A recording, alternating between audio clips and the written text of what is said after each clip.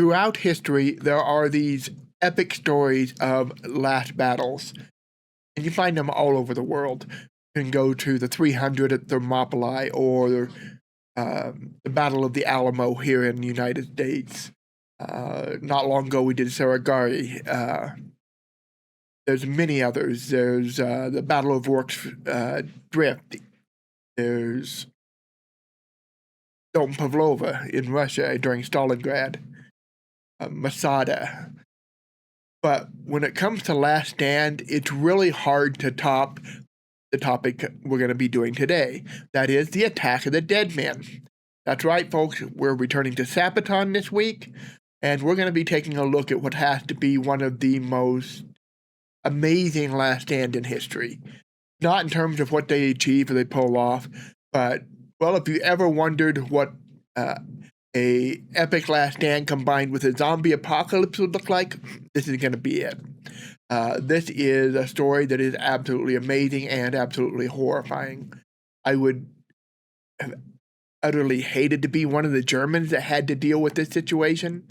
But even worse, I'd hate to be one of the poor Russians that had to deal with this situation. So what are we going to be talking about? This is the Battle of Asovitz fortress, which is in northeastern Poland, I believe, during the First World War. We have the forces, the German forces under Hindenburg versus a very small Russian garrison. The Germans initiate the attack using bromine and chlorine gas, and they pretty much assume the Russians have been wiped out or completely incapacitated. They charge in, thousands of Germans charge in against a defensive force of, I believe, around 900 or so, which they assume most of them are going to be dead. They're not. They should be by all rights. They are dying. If you're not familiar with bromine and chlorine gases, bromine is primarily going to be an irritant. It incapacitates you immediately with irritation of the throat and lungs. And chlorine gas, once it's exposed to moisture in your lungs, condenses into hydrochloric acid. So your body starts eating itself from the inside out, starting with the lungs. You'll start, coughing out blood, bits of your lungs. It's a horrifying, painful way to die. But the Germans are completely caught off guard when all these dead Russians climb back to their feet. Their heads and faces are wrapped in cloth. That's the only defense most of them had. There weren't enough gas masks to go around, so they'd taken off their underclothes, primarily undershirts,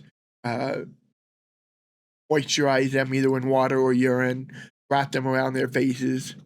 They're now completely covered with blood. Their bodies are decomposing. They're spitting out blood, like I said, bits of their internal organs. It's horrifying. And they're lurching forward. They're not going to go down without a fight. And they counterattack. And it's just absolutely, it's horrifying on both sides. From the German perspective, you've got these, I don't know how else to put it, zombies charging at you.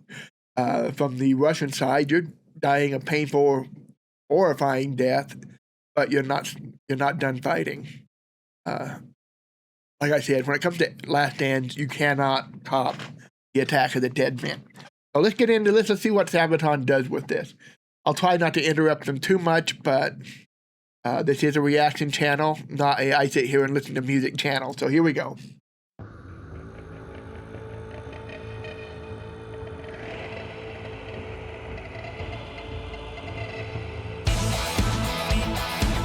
I love the visuals so far. They're leaning hard into the gas attack, which they should.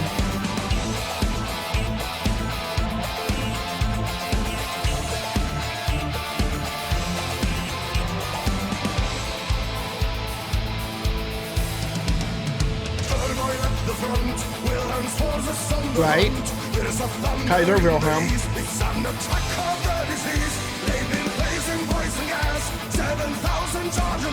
Yep.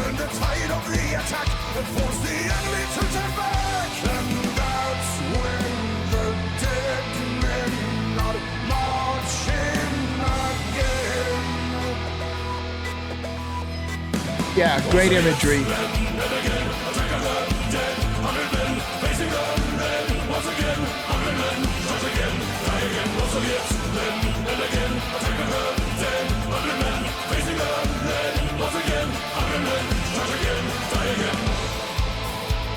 All right, brilliant. I love the repetition of again and again, because that's got to be how it felt for the Germans. It's like, wait a minute, these guys are dead and they're coming again. If I remember right, the Germans actually end up, to some degree, killing themselves because they panic so much that they retreat back into some of their own traps that they'd laid out. But yeah, the imagery is perfect. They've done a lot of gas imagery. The green is associated with the chlorine, but like I said, there was also bromine, which will. I don't think it's as fatal. I could be wrong, but I think it's more of an immediate incapacitator, while the chlorine takes time. But yeah, I noticed they showed images of the cloth-bound heads. That would have been very realistic. Some of them did have gas masks, and having those things charge at you, I mean, they're also kind of alien and otherworld looking. Those things are kind of intimidating.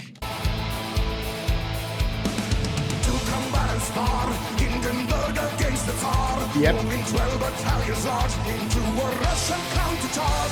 They'll be fighting for their lives as the enemy revives. The Russians won't surrender, no. Breaking fear into their foe. And that's when the dead men are marching again. Once again, and again, attack of the dead.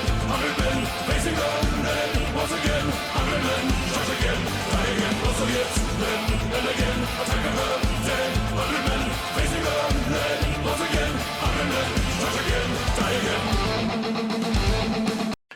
Yeah, so again, this is totally lopsided in favor of the Germans. It's, I believe, somewhere around 6 to 7 to 1 against Russians, most of whom were basically on death's door.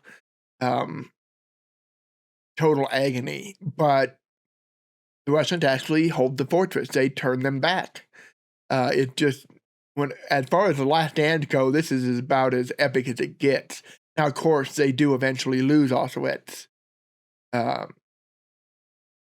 But the fact that they were able to turn the Germans back at all is absolutely amazing, given the odds against them, even just numerically, not counting the fact that every last one of them was a dead man walking, really.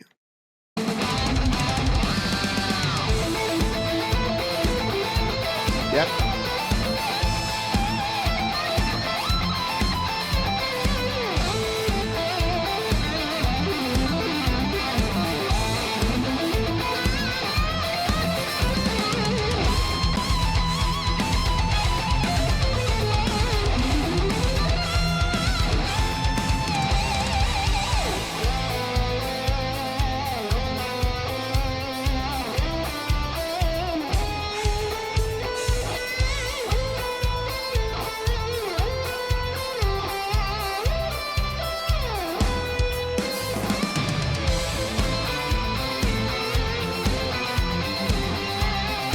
Oh, yeah.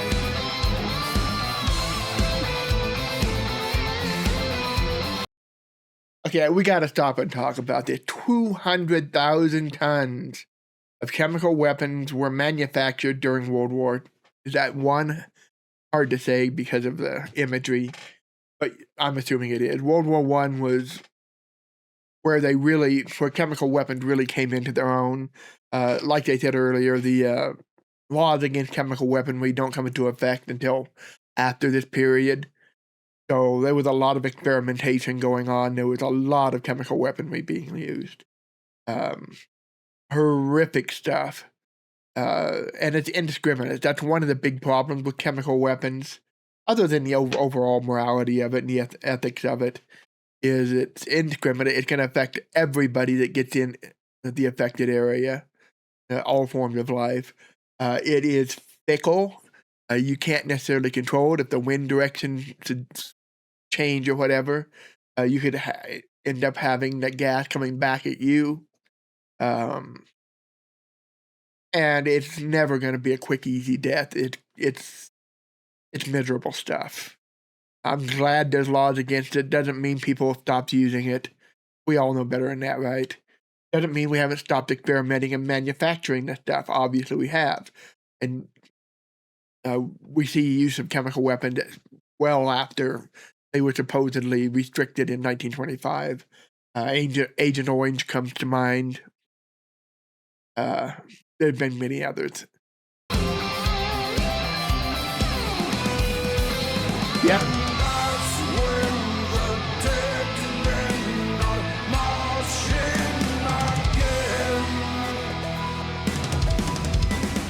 To be fair with Agent Orange, it was intended to be a defoliant, but yeah.